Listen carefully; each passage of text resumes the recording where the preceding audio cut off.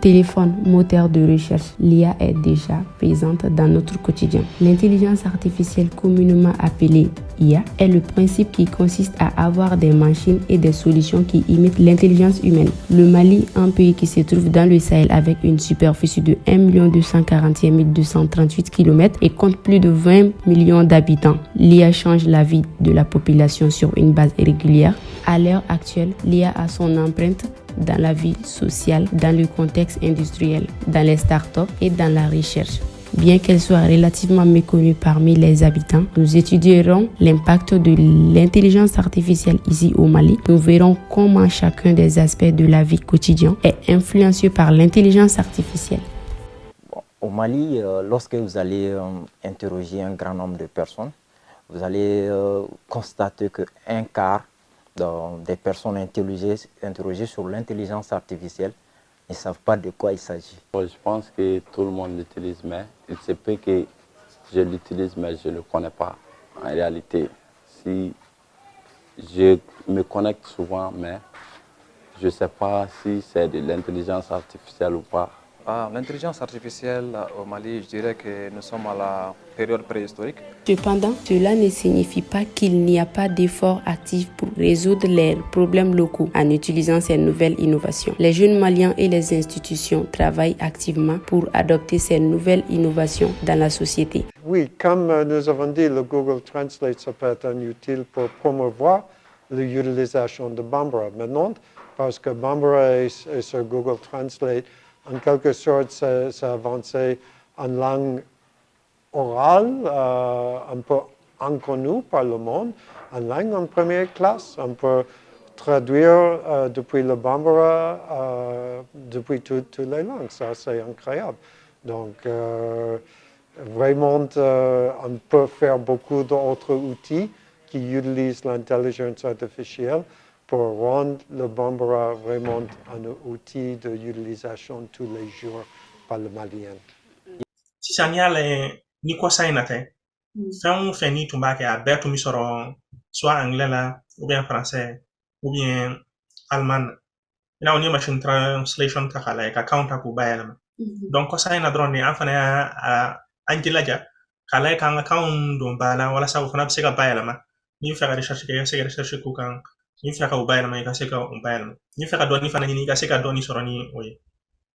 Ulut nana o kanyi mo rek nana o kanyi. Oui, est-ce que la Bambara à l'avenir, bien sûr, hein, c'est une langue qui est parlée par, aujourd'hui, le nombre de locuteurs Bambara s'approche de 20 millions.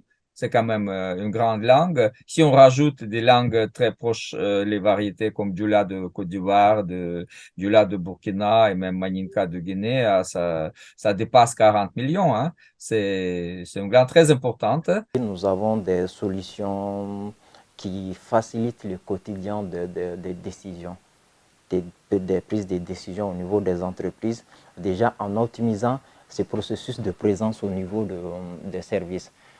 En plus, nous avons cet aspect de sécurité intégrée pour contrôler l'accès de tout immeuble, de toute zone restreinte par des accréditations à travers la reconnaissance faciale.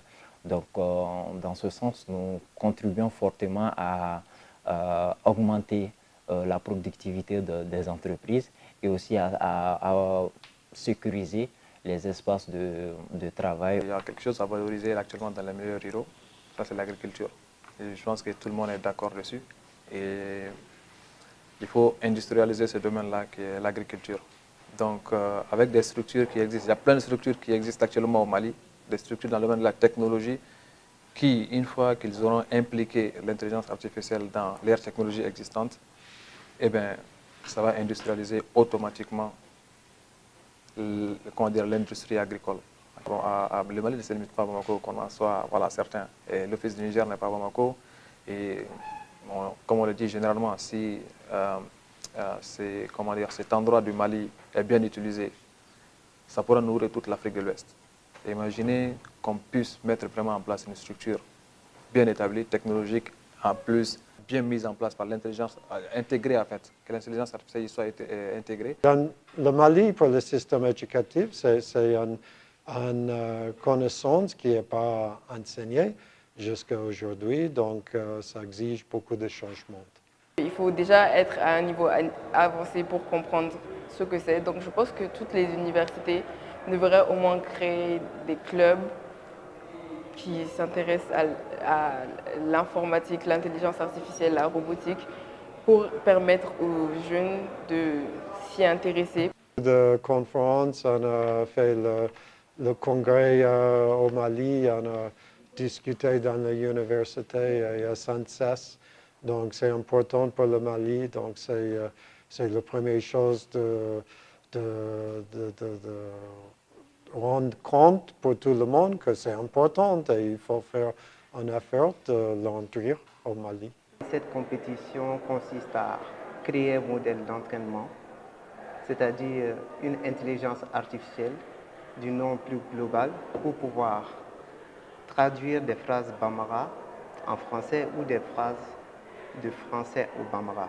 L'intelligence artificielle nous facilite la vie, nous permet d'être productifs et en moins de temps. L'IA reste une opportunité à développer malgré les défis d'accessibilité pour tous. La jeunesse doit s'en servir comme levier de formation et d'emploi.